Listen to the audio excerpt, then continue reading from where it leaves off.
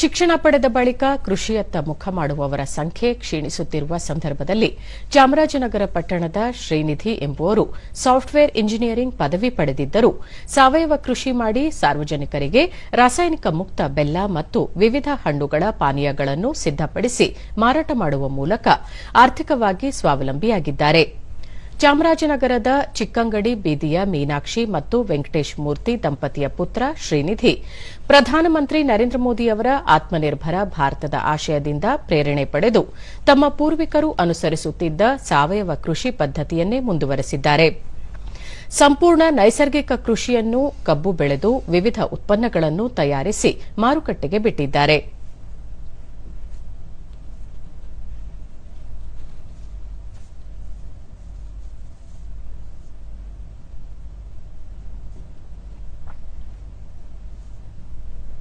ದೂರದರ್ಶನದೊಂದಿಗೆ ಶ್ರೀನಿಧಿ ಕಳೆದ 10 ವರ್ಷದಿಂದ ನೈಸರ್ಗಿಕ ಮತ್ತು ರಾಸಾಯನಿಕ ಮುಕ್ತ ಕೃಷಿ ಮಾಡುತ್ತಿದ್ದು ತಮ್ಮ ಉತ್ಪನ್ನಗಳನ್ನು ಮಧ್ಯವರ್ತಿಗಳಿಲ್ಲದೆ ನೇರವಾಗಿ ಗ್ರಾಹಕರಿಗೆ ತಲುಪುವಂತೆ ಮಾಡುತ್ತಿದ್ದೇನೆ ಎಂದರು.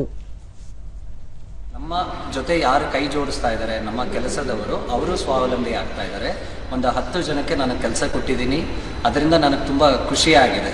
ನಾನು ಜೀವನ ನಡೆಸೋದ್ರ ಜೊತೆಗೆ ನನ್ನ ಜೊತೆಗಿರೋರು ಒಳ್ಳೆ ಜೀವನ ನಡೆಸಬೇಕನ್ನೋದೇ ನನ್ನೊಂದು